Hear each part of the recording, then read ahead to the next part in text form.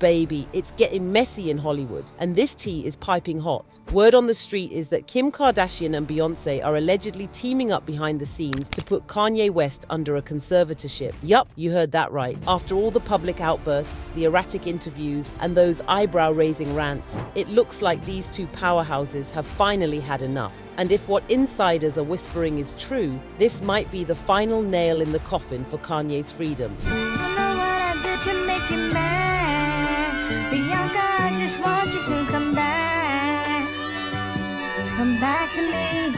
This Kanye situation is spiraling fast, like blink and it's a whole new drama. So here's the tea. Kanye is out here begging Bianca to come back, like down bad begging, but she's over it. After everything he put her through, she said bye, blocked and booked. Sis is done. And guess what? Kim Kardashian actually tried to reach out to Bianca, probably to play nice, patch things up, maybe even offer the Kardashian family's support. Now, while all this is going down, Kanye's trying to distract us with his new album, and some people were hyped. But once the track list dropped, some of those titles are concerning to say the least. The album's called Bully, supposedly inspired by his son. But baby, it's not giving wholesome father-son vibes. The tracks? Whew, let's just say, YouTube probably wouldn't even let us say half of these out loud. We got titles like World War III, something about Bill Cosby, and of course a track literally named Bianca, the same woman who's clearly trying to get away from him. Comments for the song tell you all you need to know when it comes to the question of whether or not she's coming back. Bianca running away, bro. She's not coming back, bro. Then there's Virgil Let Me Down, which is wild considering Virgil Abloh has passed. Like, why are you calling out the dead? That's not a diss, that's a seance, and it gets darker. There are 2 whole tracks referencing you know who, not 1, 2. Like, why even go there? And 1 track is just called Jared, and no one knows if it's about Jared Kushner or Jared from Subway. You know that Jared. He did make his stance of Kushner clear though. Asked Steve Stout, like, yo, just tell me, like, did Ye f my wife? And Steve Stout was like, no, Ye never did nothing. So when I went to the White House, I saw Jared. I was like, yo, I want to just tell you, nothing ever happened. He's like, yo, I don't know what you're talking about. I was like, yo, and I grabbed him by both shoulders and I was like, yo, Jared, nothing's ever happened. And he said, yo, thank you for saying that. Okay, so when I saw Drake, we was in a parking lot, we were talking, and he said, yo, I just want to tell you, yo, nothing ever happened. And then I said, yo, thank you for saying that. When did I become Jared Kushner?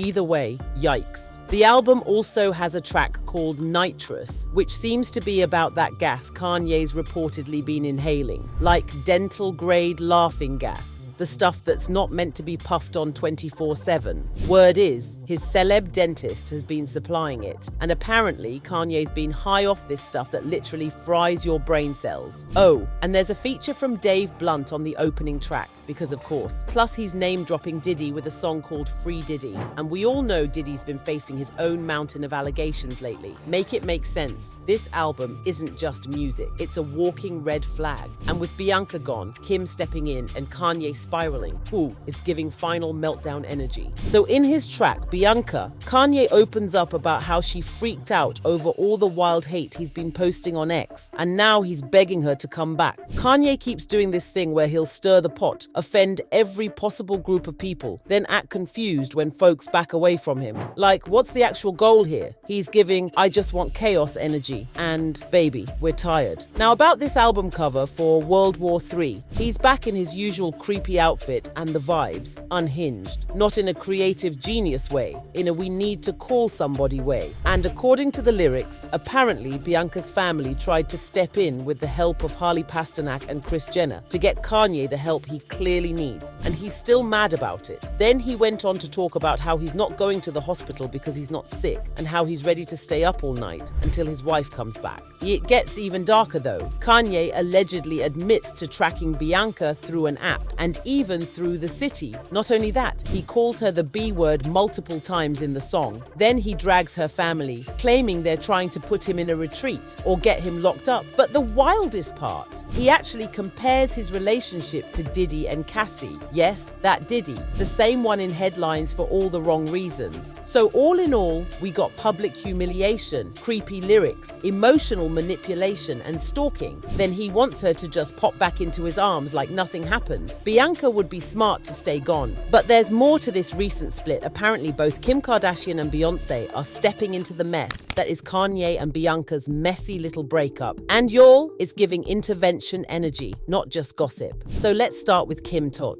Word on the street is that Kim tried reaching out to Bianca Censori after news broke about her and Kanye's situationship possibly crumbling. And why, you ask? Because Kim allegedly feels like she's the only one who truly gets what Bianca's been through. Sources say Bianca straight up ignored her, but that didn't stop Kim. She still wanted Bianca to know she's there for her if she ever needs a shoulder to cry on. Now listen, some folks think this is genuine compassion, but others are side-eyeing Kim like, is this low-key a power play? Oh, and get this, Kim also offered Bianca a Skims modeling gig. Yep, she wants her to slide into the shapewear world and, allegedly, slide away from Kanye. People close to Kim think she's trying to save Bianca from Ye's chaos and maybe even shift his energy by keeping Bianca close to healthier influences. Whew, but let's be real. Kim is not here for Ye's antics lately. Between his shady lyrics accusing Bianca of trying to get him locked up and his hateful rants, Kim is reportedly disgusted. She's like, somebody needs to help him, and if bonding with Bianca is what it takes to push Kanye toward treatment, she's down for it. Yes, Queen Bey is now in the mix, and she is not pleased. Kanye apparently crossed all the lines when he came for Beyoncé and Jay-Z's kids. Yes, their actual children, Rumi and Sir. Like, who even does that?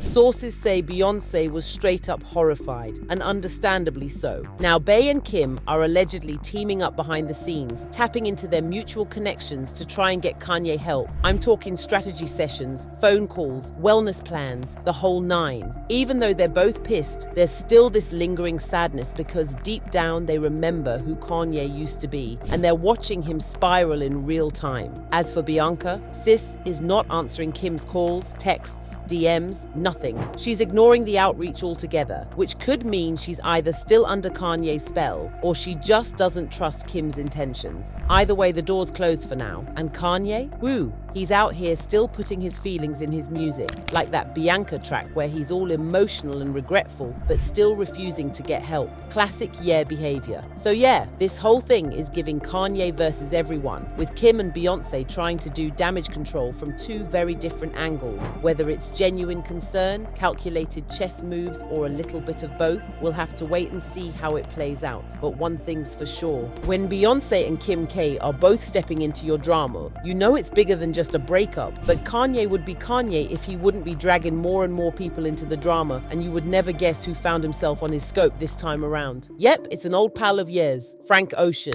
We've officially entered the Frank Ocean versus Kanye West chapter of Ye's never-ending drama saga, and it is messy. So here's the rundown. Kanye hopped on Instagram Live with Digital Nas, and baby, he went off. Out of nowhere, he started dragging Frank for something that allegedly happened way back in 2016. According to Ye, Frank pulled up to his house trying to talk him out of supporting Donald Trump. Like, he really came on some don't do it Kanye energy. And y'all know how Ye gets when someone tells him what to do. He wasn't having none of it. He basically called Frank a and started ranting like, you don't know anything about politics? I'm your OG. You used to open up for me. Don't come to my house telling me what to think. Ugh. The ego jumped all the way out. Then Kanye went into one of his signature spirals saying Frank, and pretty much every other artist, isn't even on his level, like at all. He was like, I'm the greatest artist ever, none of y'all can touch me, you're only good at one thing, I do everything. Typical Ye, turning a political disagreement into a full-blown superiority sermon. And let's not forget, this is just the latest in a long line of public meltdowns Ye's been having lately. He's been going on unfiltered rants left and right, acting real aggressive, and it's starting to spill into every corner of his life. Now let's not act brand new.